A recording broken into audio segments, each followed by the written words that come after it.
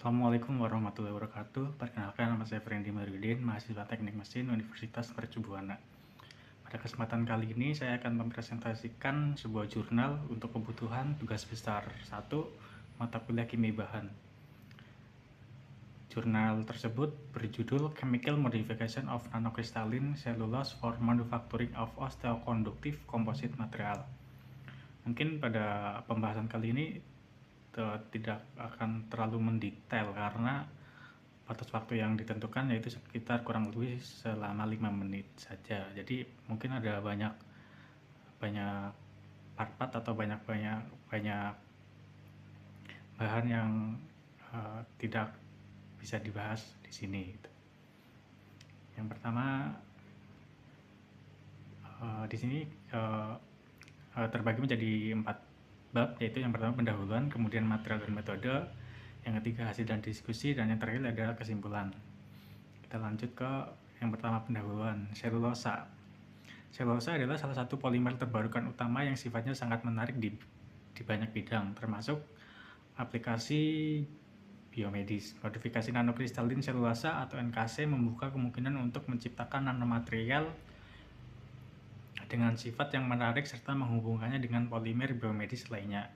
Dalam penelitian ini, peneliti mengusulkan modifikasi kovalen dari NKC dengan polyanion amfifik seperti heparin yang dimodifikasi atau HEP dan polyalglutamat PGLU yang berbasis pada polikaprolakton atau PCl. Modifikasi ini bertujuan untuk 1. Meningkatkan distribusi NKC yang dimodifikasi dalam matriks PCl.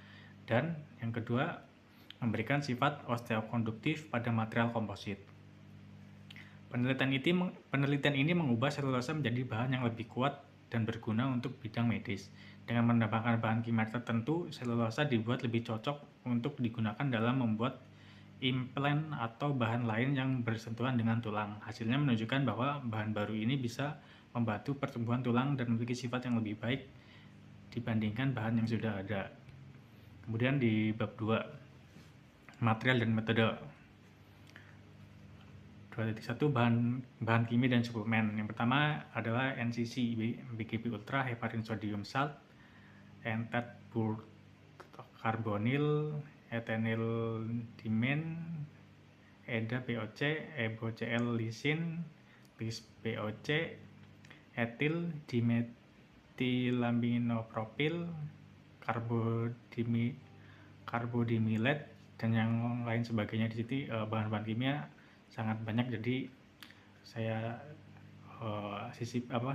saya ringkas saja bahan-bahan kimianya ada di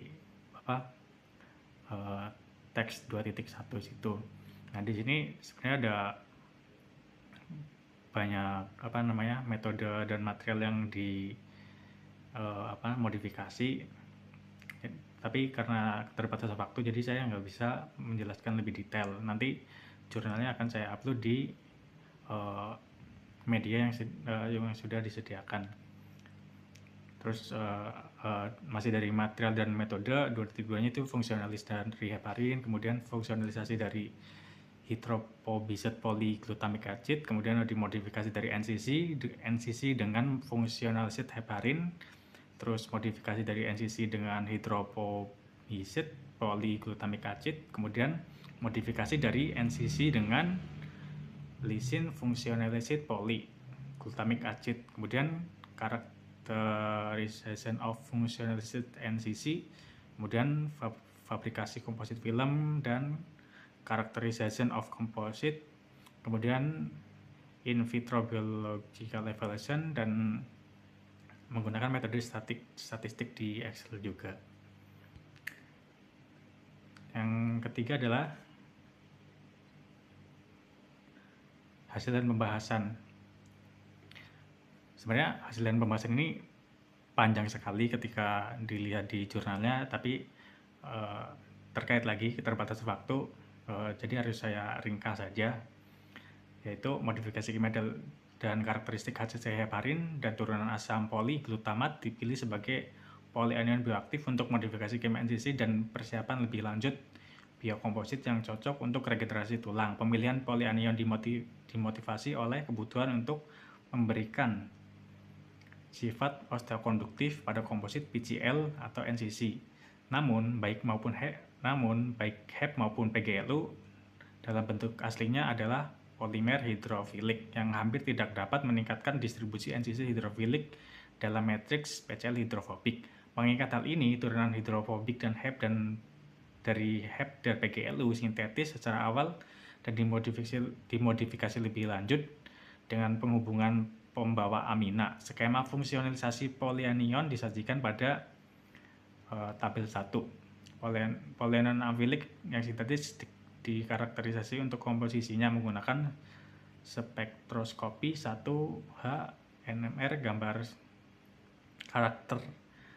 karakteristik berat molekul dan komponen polyanion yang difungsikan dirangkum dalam tabel 1. Berikut adalah tabelnya di bawah. Kemudian yang terakhir adalah kesimpulan. Dalam penelitian ini, NCC berhasil dimodifikasi dengan polyanion amfifilik seperti heparin yang sudah dimodifikasi dan asam poly-L-glutamat. Modifikasi pada NCC ini dikonfirmasi melalui berbagai metode fisikokimia seperti FTIR, spektroskopi, NMR, 13C, keadaan padat, penghamburan cahaya dinamis, dan elektroforetik serta analisis termografimetri. Spesimen NCC yang sudah dimodifikasi kemudian digunakan sebagai pengisi untuk membuat film berbasis PCl melalui metode pengecoran larutan, penggunaan campuran kloroform dan asetonitril dalam pembuatan film ini menghasilkan distribusi NCC yang sudah dimodifikasi secara merata dalam matriks PCl. Sifat mekanik terbaik ditemukan pada film PCl yang diisi dengan NCC yang dimodifikasi dengan PGLU hidrofobik yang terikat setelah silanisasi NCC dan heparin yang sudah difungsionalkan. Komposit yang dikembangkan ini memiliki sifat tarik yang sebanding dengan beberapa jenis tulang. Evaluasi biologis in vitro menunjukkan adhesi sel yang rendah pada film PCl dan komposit PCl NCC uptest PGLU, serta adhesi sel yang tinggi pada komposit yang mengandung NCC. NCC HEP-MOD atau NCC PGLU LYS sebagai pengisi. Namun hanya 2 pengisi yang terakhir yang menunjukkan sifat osteokonduktif terbaik pada komposit berbasis PCl. Komposit berbasis PCl dan NCC yang dikembangkan dan difungsikan dengan polyanion yang sudah dimodifikasi ini sangat menjanjikan untuk diteliti lebih lanjut sebagai rangka cetak 3D untuk regenerasi jaringan tulang. Demikian presentasi saya untuk tugas besar 1 mata kuliah kimia bahan ini. Kemudian nanti untuk link saya sisipkan di slide terakhir ini. Terima kasih. Assalamualaikum warahmatullahi wabarakatuh.